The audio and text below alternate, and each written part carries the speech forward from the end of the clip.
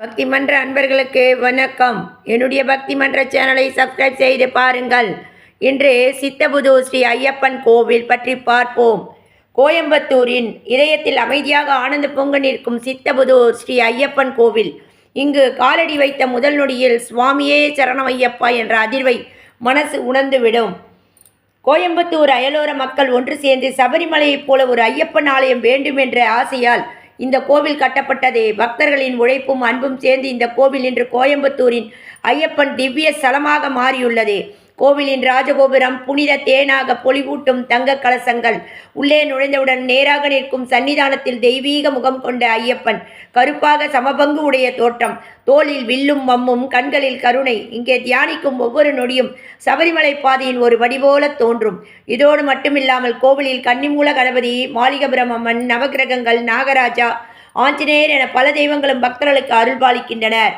மண்டல மகர ஜோதி காலத்தில் இக்கோவிலின் கூட்டம் சபரிமலை தரிசனத்தைப் போலவே இருக்கும்.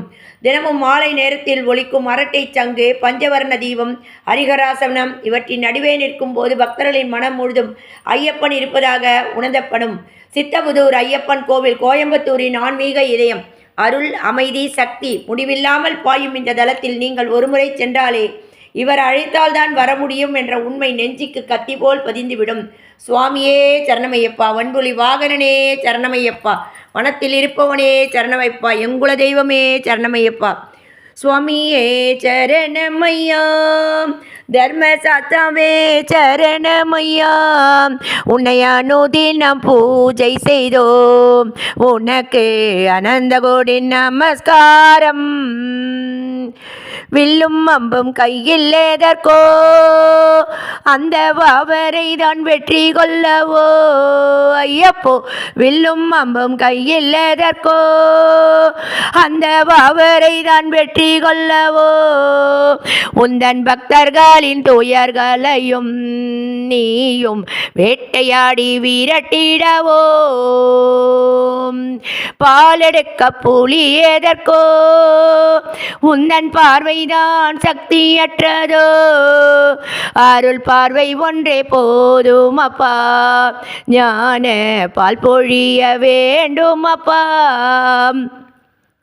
கொஞ்சி கொஞ்சி பேசி வரும் உந்தன் பிஞ்சி மொழி கேட்டிடவே, அந்த பந்தலத்தான் செய்த தவம் இந்த பாமரன் நான் செய்யவில்லையோ.